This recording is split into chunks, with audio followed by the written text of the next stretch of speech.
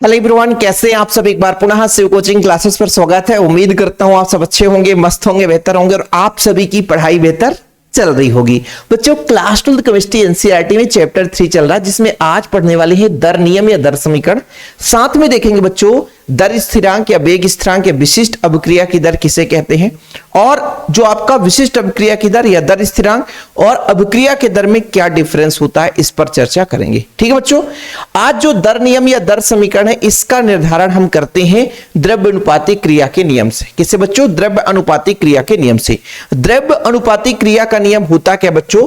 बिल्कुल सिंपल है कि भाई साहब कोई अभिक्रिया हो रही है, जैसे मैंने कहा बच्चों a प्लस बी मिलाकर के C प्लस डी बना रहा है। हो सकता है इसके मोलों की संख्या स्मॉल a हो सकता है इसमें मोलों की संख्या स्मॉल b हो, इसमें मोलों की संख्या स्मॉल c हो और इसके मोलों की संख्या स्मॉल d हो।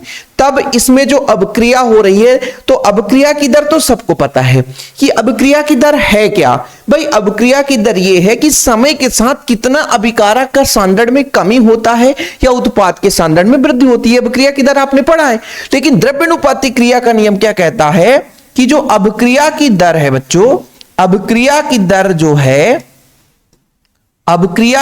जो है वो समानुपाती होता है। सीधा सीधा जो भी आपने अभिकारक लिया है बच्चों, इसके गुणनफल के समानुपाती होता है, और इसमें जो भी इसका अभिकारक का गुणांक जैसे स्मॉल ab है, इसके घातांक के रूप में व्यक्त करते हैं। क्योंकि बच्चों ये भी तो होना चाहिए ना कि a की मात्रा कितनी है, b की मात्रा कितनी है। बच्चों ये आपका हो गया द्रव्य अनुपातिक क्रिया का नियम। देखो जरा, किसी रासायनिक अभिक्रिया की दर उसके अभिकारक के सक्रिय मात्रा के गुणनफल के समानुपाती होता है, जहां पर अभिकारक के गुणांक जो बच्चों a और b इसके घातांक के रूप में व्यक्त करते हैं। तो ये आपका द्रव्यानुपातिक क्रिया का नियम हुआ।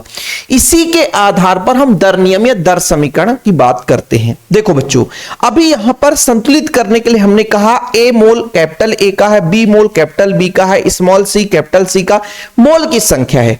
मोल की संख्या का मतलब बच्चों कि मान लीजिए हमने दो पदार्थ मिलाया है, हो सकता है वो किसी बिलियन में मिला हो, और बिलियन का मतलब है भाई साहब दो या दो से अधिक पदार्थों का समांगी मिश्रण। जैसे मैं बड़े प्यार से कहता हूं कि NaCl का ही मैंने बिलियन बनाया है, NaCl को ही बनाया बच्चों, किस में मिलाकर के H2O में। तो ये बोला गया कि जो NaCl है वो 5 ग्राम प्रति लीटर में है। किसमें? 5 ग्राम प्रति लीटर, यानी 5 ग्राम NaCl मिला हुआ है 1 लीटर बिलियन में। इसलिए हमेशा बच्चों ग्राम प्रति लीटर से इसको व्यक्त करते हैं, सक्रिय मात्रा को। किससे बच्चों? ग्राम प्रति लीटर से। फिलहाल अभी ये तो आपको समझ में आया। गुल्डबर्ग एवं बागे ने क्लास 11 में आपने पढ़ा होगा बच्चों, गुल्डबर्ग एवं बागे ने बताया था कि किसी भी रासायनिक अभिक्रिया की दर, ठीक है बच्चों, किस पर डिपेंड करेगा? अभिकारक के जो भी सांद्रता होगी बच्चों, इसके सीधा सीधा गुणनफल के समानुपाती होगा। जो सांद्रता होगी, सांद्रता का मतलब बच्चों इसमें जितने भी मोल्स है ना, तो ये घातांक के रूप में व्यक्त करेंगे। ये द्रव्यानुपातिक क्रिया का नियम हुआ। किसके आधार पर? गोल्डबर्ग एवं बागे के आधार पर। अच्छा, तो दर नियम या दर समीकरण को हम दर्शाने के लिए क्या इसी को मान लेंगे? हाँ, इसी के आधार पर मानकर चलेंगे। लेकिन जो ये a है प्यारे बच्चों और ये जो b है, ये तो अभी समीकरण को संतुलित करने के लिए स्मॉल और स्मॉल b हमने माना है, लेकिन जो दर नियम या दर समीकरण का निर्धारण इसी से तो होता है, लेकिन ये भाई a के उस मात्रा पर डिपेंड करता है जो वास्तविक रूप से रासायनिक अभिक्रिया की दर का निर्धारण करता है। देखो बच्चों, रासायनिक अभिक्रिया में भाग लेने वाले A के मोल की संख्या स्मॉल a है, B के मोल की संख्या स्मॉल b है। ये तो भाग लेने वाले इसके अणु परमाणु है, इसकी सांद्रता है, इसकी मात्रा है, इसके मोल की संख्या है। लेकिन क्या जरूरी है कि जितना हमने लिया पूरा का पूरा अभिक्रिया का निर्धारण करा दिया? ये जरूरी नहीं है। ये बच्चों सैद्धांतिक नहीं हो सकता, प्रायोगिक हो सकता है। हम उसको प्रयोग के आधार पर ही बता सकते हैं कि A की कितनी मात्रा ऐसी थी, A की कितनी मात्रा ऐसी थी जो कि रासायनिक अभिक्रिया के दर का निर्धारण कर रहे हैं, रासायनिक अभिक्रिया को संपन्न करा रहे हैं बच्चों, वही उसके घातांक के रूप में व्यक्त होंगे। तब वो कहला जाएगा दर नियम या दर समीकरण। कुछ समझ में आया? देखो बच्चों, मेरे कहने का मतलब द्रव्यानुपातिक क्रिया का नियम यह बता दिया कि भाई साहब अभिक्रिया की दर अभिकारकों के गुणनफल के समानुपाती होगा, जहां पे जो अभिकारक की जो बच्चों गुणांक है यहां पर या सांद्रता है बच्चों, इसके घातांक के रूप में, देखो ना अभिकारकों के गुणांकों को उसकी सांद्रता के घातांक के रूप में व्यक्त करते हैं बच्चों। ए और बी के घातांक के रूप में रिप्रेजेंट कर दिया ए और बी। अभी सीधा सीधा कि कितना अभिक्रिया आपके पास ए के मोल की संख्या बी के मोल की संख्या संपन्न करा रहे हैं, मतलब ए की मोल की संख्या कितनी है उसको हमने लिख दिया, बी के मोल की संख्या कितनी है इसको हमने प्रेजेंट कर दिया। लेकिन जरूरी नहीं है कि ये पूरे के पूरे अभिक्रिया का निर्धारण कर रहे हो, अभी तो संतुलित करने के लिए हमने किया बच्चों। तो चीजें आपको माइंड में ये सेट करना है कि किसी भी अभिक्रिया के दर का निर्धारण करने के लिए हमें प्रायोगिक रूप से मानना पड़ता है कि माना हमने स्मॉल ए मोल्स की संख्या, देखो भाई कैपिटल ए आपका एक अभिकारक है, इसके मोल की संख्या स्मॉल ए है, लेकिन ये अभी इतने अणु भाग ले रहे हैं जिसे हम अणुसंख्यता कहते हैं, और जो अभिक्रिया के दर का निर्धारण करते हैं उसे कोटि कहते हैं बच्चों। इसी चीज को समझाने के लिए बोला गया कि भाई साहब यदि माना कि थोड़ा समझने की कोशिश करें कि यदि जैसे ए के स्मॉल एम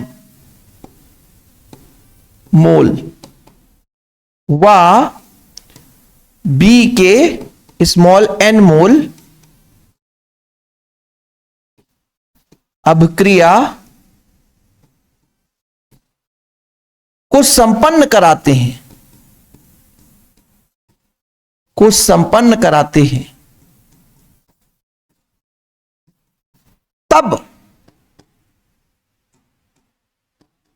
तब बच्चों ये जो दर है वो समानुपाती होगा। जानते हो कितना? ए के घात स्मॉल एम कर देंगे और बी का घात स्मॉल एन कर देंगे।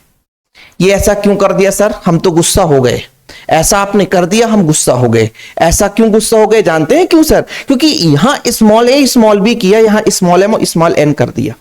बच्चों बड़े प्यार से मैंने कहा कि अभिक्रिया को संपन्न कराने के लिए जितना हमने पदार्थ ले रखा है जरूरी नहीं है कि वो पूरे के पूरे अभिक्रिया संपन्न करा दें, कुछ उसमें से अवांछनीय भी हैं। पढ़ने वाले बच्चे यहां लाखों जुड़े हुए हैं, लेकिन पढ़ता बच्चा 100-200 है। इसका मतलब 100-200 ही अच्छे बच्चे हैं और वही आगे चलकर अच्छा कार्य करेंगे। सही है कि नहीं? ऐसे ही अभिक्रिया में बच्चों बहुत सारे अभिकारक के अणु हैं, बहुत सारे उनके मोलों की संख्या है, लेकिन वास्तविक रूप से जो अभिक्रिया के दर का निर्धारण करें वो प्रायोगिक आधार पर ही हम कह सकते हैं कि माना अभिकारक जो बच्चों हमने 2 लिया है तो उसमें हो सकता है अभिकारक का स्मॉल एम मोल और बी का जो है बच्चों स्मॉल एन मोल जो है अभिक्रिया को संपन्न कराते हो, तब दर कितना हो जाएगा बच्चों? ए का पावर स्मॉल एम और बी का पावर स्मॉल एन के समानुपाती होगा। इतना चीज क्लियर हो गया होगा बच्चों। थोड़ा सा समझा रहा हूं क्योंकि ये बेसिक कॉन्सेप्ट आपके समझ में आ जाएगा तो कहानी में ट्विस्ट आ जाएगी बच्चों। ठीक है? यानी बच्चों अभिक्रिया की जो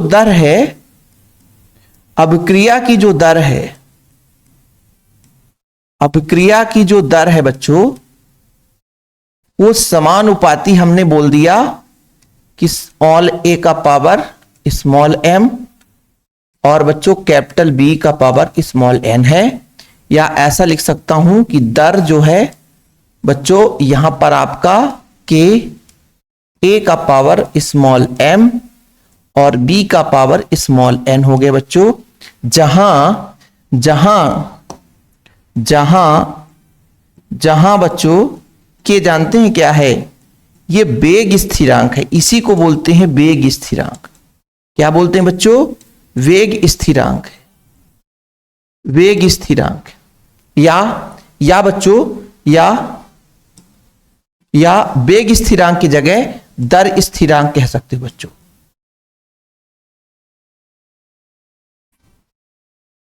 इसे ही विशिष्ट अभिक्रिया की दर कहा जाता है बच्चों। विशिष्ट अभिक्रिया की दर कहा जाता है। विशिष्ट अभिक्रिया की दर कहा जाता है। ठीक, मैं इसलिए लिख दिया ताकि आपको प्रॉब्लम ना हो। ठीक, ये चीज मैंने लिख दिया बच्चों। ऐसा क्यों लिखा? क्योंकि आप लोगों को पता होना चाहिए। हम जानते हैं कि समानुपाती हटाते हैं तो एक नियतांक या स्थिरांक लगाते हैं, तो ओके हमने एक स्थिरांक लगाया जो दर स्थिरांक है बच्चों। इसी को ही वेग स्थिरांक या विशिष्ट अभिक्रिया की दर कहा जाता है। ठीक है बच्चों, ये चीज हो गया है ना। किसी को प्रॉब्लम नहीं होना चाहिए यार, कोई दिक्कत है ही नहीं कि सर प्रॉब्लम हो जाए, है ना। समझ में आया ना बच्चों। हमने m और n क्यों लिया है भाई? m n इसलिए लिए बच्चों कि जो आपका स्मॉल a और स्मॉल b ये जो सांद्रता का घातांक के रूप में व्यक्त हो रहा है, जरूरी नहीं है कि यही अभिक्रिया की दर का निर्धारण करे। प्रायोगिक आधार पर पता चलता है बच्चों। देखो भाई, कोई रासायनिक अभिक्रिया को संतुलित करने के लिए उसके मोल की संख्या को व्यक्त तो कर देते हैं, लेकिन जरूरी नहीं है कि उतने मोल की संख्या अभिक्रिया की दर का निर्धारण करे। वो तो प्रयोगों के आधार पर ही पता चलता है कि a के m मोल और b के n मोल जो है बच्चों, ये n मोल है ना। क्या है? n मोल है। अभिक्रिया के दर का निर्धारण करते हैं, अभिक्रिया को संपन्न कराते हैं, तब बच्चों दर जो है a का पावर आपका स्मॉल m और b का पावर स्मॉल h के समानुपाती होगा। अब थोड़ा समझिएगा बच्चों, यदि मैं कह दूं इसको एक समीकरण दे दूं, यदि मैं कह दूं प्यारे बच्चों, यदि मैं कह दूं यदि a का जो सांद्रता है या इसका इकाई मान बच्चों 1 हो जाए, व जो b है बच्चों इसका मान जो है 1 हो जाए, जब 1 1 रखेंगे बच्चों तो समीकरण 1 से क्या आ जाएगा? समीकरण 1 से आ जाएगा। जब इस पर भी मैं 1 रखूंगा तो 1 का घात कितना भी हो 1 ही आएगा, b का घात कितना भी हो बच्चों 1 है यदि तो 1 ही आएगा। तो समीकरण 1 से जो अभिक्रिया की जो दर होगी बच्चों, जो अभिक्रिया की जो दर होगी बच्चों, अभिक्रिया की जो दर है बच्चों वही आपके k के बराबर है। यानी एक निश्चित ताप पर किसी रासायनिक अभिक्रिया का विशिष्ट अभिक्रिया दर अभिक्रिया के उस दर के बराबर होता है जबकि बच्चों अभिकारकों का जो सांद्रण है वो इकाई हो। अभिकारकों का जो सांद्रण है कितना हो बच्चों? इकाई हो। यानी प्रत्येक अभिकारक की सांद्रता इकाई मान लें तो बच्चों जो अभिक्रिया का दर स्थिरांक है वही विशिष्ट अभिक्रिया दर कहलाएगा बच्चों, लेकिन किसके बराबर होगा? अभिक्रिया के दर के बराबर हो जाएगा। ठीक है बच्चों, तो यहां पर मैं थोड़ा सा यदि लिख दूंगा तो आप लोगों को प्रॉब्लम तो नहीं होगी बच्चों। लिख दिया जाए कि ना लिखा जाए? सर लिख दे, है ना, कि किसी रासायनिक अभिक्रिया के विशिष्ट अभिक्रिया की दर एक निश्चित ताप पर अभिक्रिया के उस दर के बराबर होता है जब अभिकारकों का सांद्रण इकाई होता है। ठीक है बच्चों, अपने भाषा में लिखता हूं इसको, ठीक है। अर्थात विशिष्ट अभिक्रिया की दर, अर्थात विशिष्ट अभिक्रिया की दर, विशिष्ट अभिक्रिया की दर एक नियत ताप पर, नियत का मतलब निश्चित ताप पर अभिक्रिया के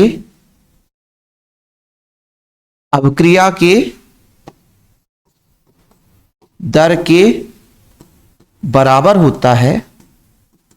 ये बराबर ही तो है, बराबर होता है जब अभिकारकों का सांद्रण इकाई हो।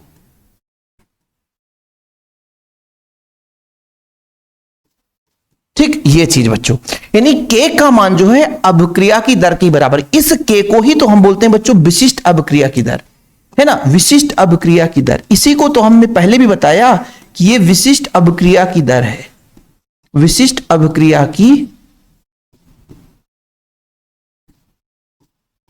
ठीक है, नोट डाउन कर लेना। अब इसको मैं इतना लंबा चौड़ा ज्यादा हिंदी नहीं लिखा हूं यहां पे, सिर्फ मैं शॉर्टकट में आपको लिखने की कोशिश समझाने की कोशिश किया हूं बच्चों कि ये द्रव्यानुपातिक क्रिया का नियम है। लेकिन जब दर नियम या दर समीकरण निकालने के लिए हमको ए और बी के घातांक को हम नहीं मानेंगे, क्योंकि प्रयोगों के आधार पर ये तो भाई समीकरण को संतुलित करने के लिए हम कुछ भी लिख सकते हैं। एक की जगह 4 5 6 7 8 मल्टीप्लाई करते जाओ तब जब तक समीकरण संतुलित ना हो जाए। समीकरण संतुलित करने के लिए हम कुछ भी यहाँ पे मोलों की संख्या गुणा करते रहते हैं, लेकिन वास्तविक रूप से दर का निर्धारण ये ए और बी नहीं करता बच्चों, ये आपने प्रयोगों के आधार पर पाया कि ए का स्मॉल है मतलब इसके मोल की संख्या स्मॉल m है और बी के मोल की संख्या स्मॉल b है, तब इस सांद्रता के लिए बच्चों हमने अलग कर दिया।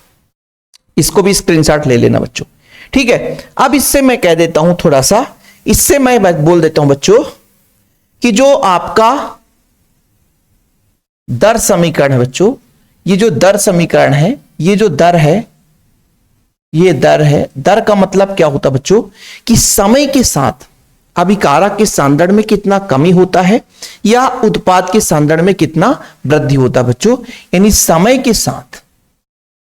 के साथ कितना अभिकारक के सांद्रण में वृद्धि होता है या बच्चों कमी होता है, ये सीधा सीधा बच्चों सांद्रता पर निर्भर करता है, उसके घातांक पर निर्भर करता है, समानुपाती स्थिरांक पर निर्भर करता है।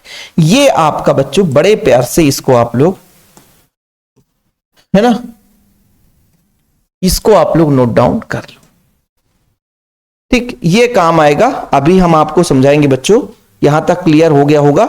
हम भाई एक एक पॉइंट आपको समझाते चल रहे हैं। चलो भाई, बार बार मिस कॉल।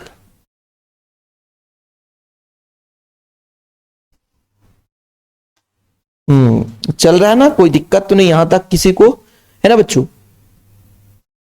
जहां x क्या होगा सर, तो x आप लोग कुछ भी मान सकते हो बच्चों, x कंसंट्रेशन को मान सकते हो आप, सांद्रता में कमी या वृद्धि, है ना, इसे ही अवकल दर समीकरण कहते हैं बच्चों, ठीक है। कुछ बुक में ऐसा लिखा मिल जाएगा, जैसे कुछ बुक में ऐसा भी लिखा मिल जाता है कि सर x को आपने माना तो चाहे इसको c भी यहां पे मान लो, तो यहां पर आप dc अपान dt कर सकते हो बच्चों, और ये आपका k c का पावर n हो जाएगा, ठीक है बच्चों, ये आपका हो जाएगा।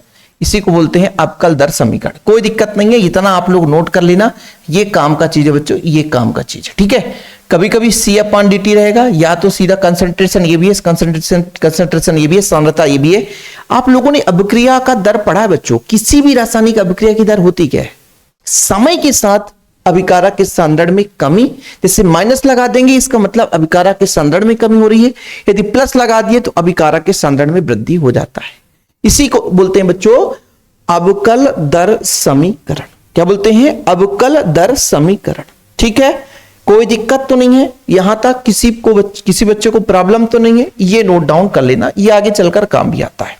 चलो अब हम बात करते हैं बच्चों, ये जो K है, ये आपने विशिष्ट अभिक्रिया की दर, ये आप लोगों ने पढ़ लिया तो अच्छी बात है। ये जो विशिष्ट अभिक्रिया की दर है बच्चों, इसकी बात करते हैं, इसी को बोलते हैं, क्या बोलते हैं, विशिष्ट अभिक्रिया की दर को ही बोलते हैं बच्चों वेग स्थिरांक या दर स्थिरांक बोलते हैं बच्चों। तो इसी को बोलते हैं दर स्थिरांक। क्या, दर स्थिरांक। क्या बोलते हैं बच्चों, दर स्थिरांक, या इसी को बोलते हैं वेग स्थिरांक। क्या बोलते हैं बच्चों, वेग स्थिरांक, ठीक है, की विशेषताएं।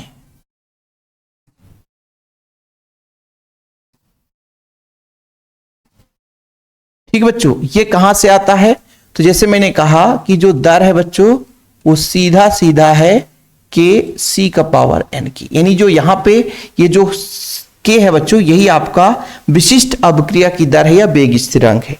ये किस किस पर निर्भर करता है, तो बच्चों ये अभिकारक के सांद्रण पर निर्भर नहीं करता, ठीक है बच्चों। जो दर स्थिरांक है, जो दर स्थिरांक है, जो दर स्थिरांक है बच्चों, अभिकारक के सांद्रण पर निर्भर नहीं करता, अभिकारक के सांद्रण पर निर्भर नहीं करता। अभिकारक का सांद्रण कितना है बच्चों, उस पर निर्भर नहीं करता, अभिकारक के सांद्रण पर, अभिकारक के सांद्रण पर निर्भर नहीं करता, ठीक है। एक पॉइंट इसको लिख लोगे आप लोग, निर्भर नहीं करता, ठीक है बच्चों। एक पॉइंट आप लोग इसे नोट डाउन कर लोगे, ठीक है।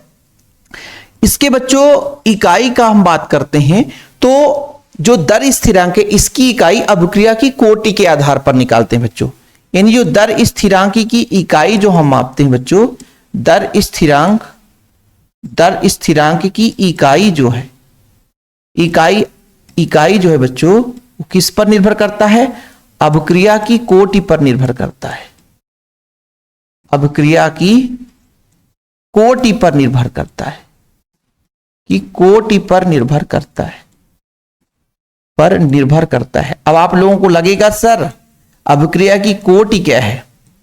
वो शून्य कोटि अभिक्रिया, प्रथम कोटि अभिक्रिया, द्वितीय कोटि अभिक्रिया।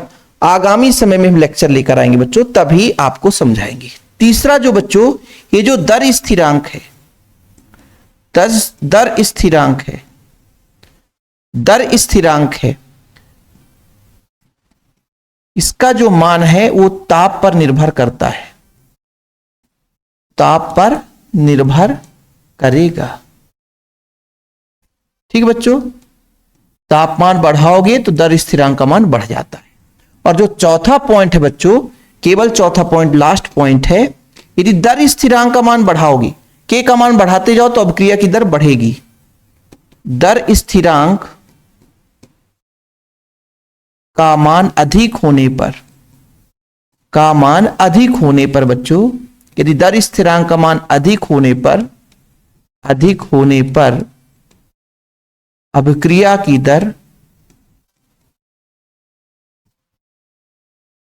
अभिक्रिया की दर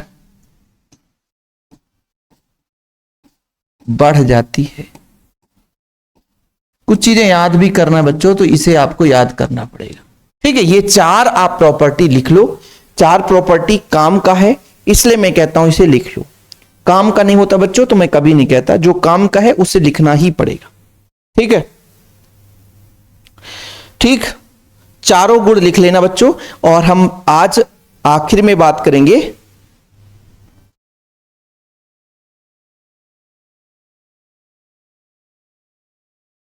ठीक, चलो आखिर में बात करेंगे बच्चों, ये जो हमारा मोस्ट इंपॉर्टेंट टॉपिक है, अभिक्रिया की दर और दर स्थिरांक में अंतर। एक साइड आप लोग लिख लें अभिक्रिया की दर। क्या लिखेंगे बच्चों? अभिक्रिया की दर। ठीक, अभिक्रिया की दर, और इधर आप लोग लिख लो दर स्थिरांक। इससे मैं आप लोगों को समझाऊंगा। ठीक है, आप लोग नोट डाउन कर लेना। और जिन बच्चों ने नोट्स नहीं लिया भाई साहब, तो नोट्स आप लोग जरूर ले लें। इसलिए तो कहता हूं कि कुछ पॉइंट ऐसे चीजें होती है जो नोट्स में लिखी रहती हैं, और यहां पर मैं समझा देता हूं, खत्म कहानी। अभिक्रिया की दर है क्या बच्चों? अभिक्रिया की दर मैंने कहा कि ए जो है वो किस में बदल रहा है? बी में। तो जो दर होता है ना बच्चों, अभिक्रिया की दर, या तो अभिकारक की सांद्रण में कमी हो रही है, सही है सर, या तो बच्चों उत्पाद की सांद्रण में वृद्धि हो रही है। ठीक है, उत्पाद की सांद्रण में वृद्धि हो रही है। समय के साथ अभिकारक की सांद्रण में कमी या उत्पाद की सांद्रण में वृद्धि को ही बोलते हैं बच्चों रासायनिक अभिक्रिया की दर। पहला नंबर आपको यही लिखना है कि समय के साथ, क्या बच्चों? समय के साथ, किसके साथ? समय के साथ। क्या लिखना बच्चों? समय के साथ अभिकारक की सांद्रण में कमी, अभिकारक की सांद्रण में कमी, अभिकारक की सांद्रण में कमी। अर्थात बच्चों जैसे मैंने कहा कि माइनस dA/dt, ये सांद्रण में कमी है बच्चों, या उत्पाद की सांद्रण में वृद्धि,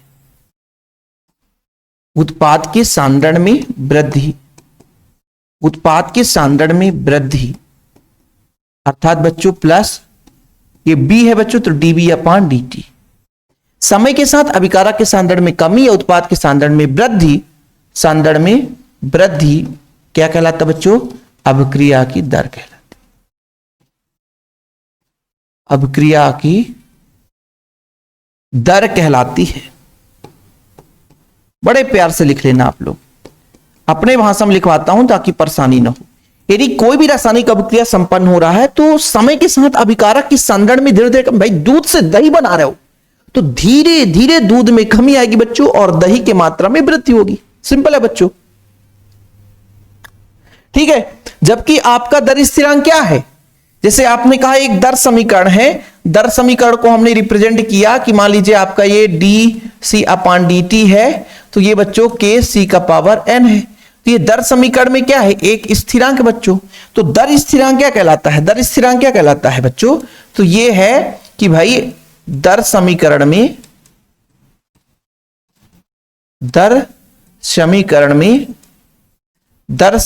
बच्चों ये क्या है, ये दर समीकरण में क्या है, एक समानुपाती स्थिरांक है।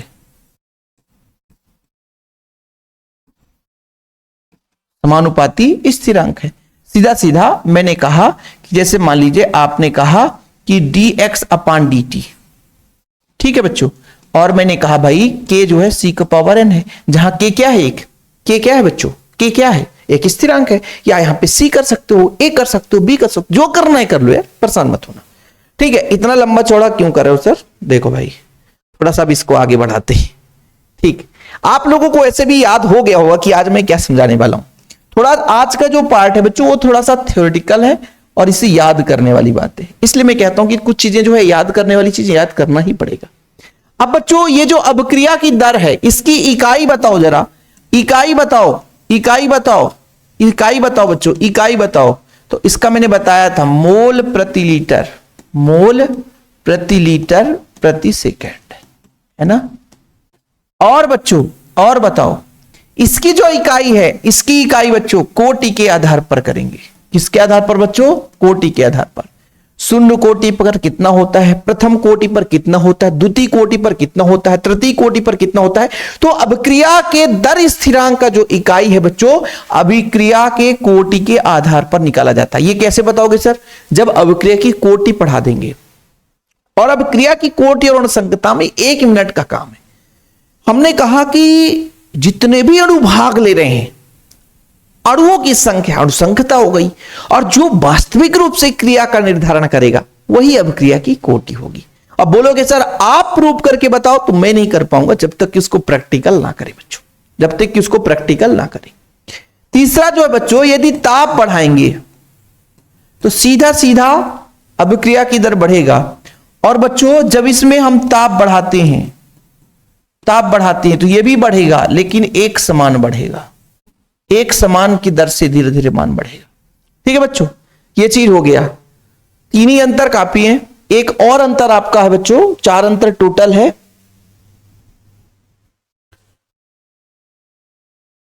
हाँ सीधा सीधा ये चौथा अंतर ये है कि जो अभिक्रिया की दर है बच्चों, अभिकारक के सांद्रण पर निर्भर करता है। वो तो शुरू में ही बता दिया, लेकिन अभिकारक के सांद्रण पर निर्भर करेगा। किस पर बच्चों? सांद्रण पर। और जो दर स्थिरांक है चौथे में बच्चों, अभिकारक के सांद्रण पर निर्भर नहीं करता। ठीक है, इसलिए तो कहता हूं बच्चों कि थोड़ा बहुत नोट्स ले लो, तो नोट्स में भी आपको थोड़ा हेल्प मिलेगा। तो ये चारों अंतर आपको नोट्स से लिख लेना है। जिन बच्चों ने नोट्स नहीं लिए तो नोट्स जरूर ले, मात्र 100 रुपए चार्ज बच्चों। कॉन्टेक्ट नंबर है 96 85 29 91 49। ठीक है, आज किसी बच्चे ने नोट्स लिया है और उस बच्चे ने कॉल किया था कि सर आपके नाम से 1300 रुपए एक सब्जेक्ट का बोल रहा था वो, है ना। स्कैनर भी भेजा था। लेकिन बच्चों मैं हमेशा कहता हूं कि आप लोगों को डाउट रहे तो कॉल कर लो, और मात्र 100 रुपए भाई साहब, मैं खुद बात करूंगा तभी आप लोग नोट्स लें, है ना। ऐसा नहीं कि कोई फर्जी मेरे नाम से कॉल कर दे कि आपने कॉल किया था शिव कोचिंग क्लासेस से, मैं शिव सर हूं, आप नोट्स लेना चाहते हैं, कि कॉल करके आपसे वो 50 बोल दे, वो 150 बोल दे, 200 300 400 500, तो आप लोग बिल्कुल ना देना बच्चों। ठीक है, तो आज का क्लास हमारा समाप्त हुआ। आज का थोड़ा सा कहानी ये थ्योरी वाला था, है ना, थ्योरी वाला था, लेकिन उम्मीद करता हूं आप लोग तैयार कर लेंगे। इसको ज्यादा रटना भी नहीं है बच्चों, है ना। छोटी छोटी चीजें जो जैसे द्रव्यानुपातिक क्रिया का नियम, इसको मैंने समझा ही दिया। आप लोगों को यहां पे इसको याद कर लेना है, दर स्थिरांक की विशेषताएं, और बच्चों अभिक्रिया की दर और दर स्थिरांक में अंतर, ये आपको तैयार करना ही करना है। बाकी जो मैंने समझा दिया, पहला अंतर तो बता ही दिया बच्चों। दूसरा, इसकी इकाई मोल प्रति लीटर पर सेकंड है ना। इस दर स्थिरांक की इकाई अभिक्रिया की कोटि के आधार पर निकालते हैं बच्चों। ताप बढ़ाते हैं तो अभिक्रिया की दर सीधे सीधे बढ़ती है, लेकिन बच्चों दर स्थिरांक का ताप बढ़ाने पर एक समान रूप से बढ़ती है ना। अभिक्रिया का सांद्रण पर निर्भर करता है बच्चों अभिक्रिया की दर, जबकि बच्चों दर स्थिरांक का मान अभिकारकों के सांद्रण पर निर्भर नहीं करता है। चीजें क्लियर हो गई होगी बच्चों। वीडियो पसंद है तो लाइक करके शेयर जरूर करें। जय हिंद, वंदे मातरम।